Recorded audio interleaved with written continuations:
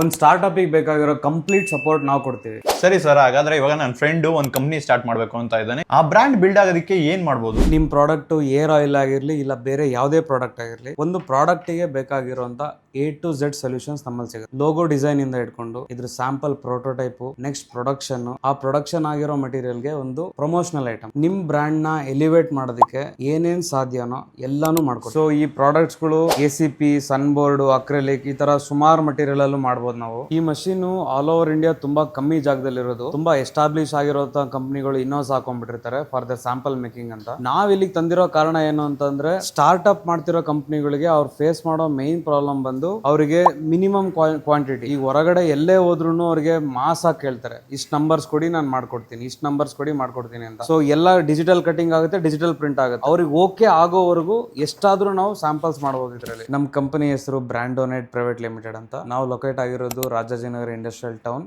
Bangalore.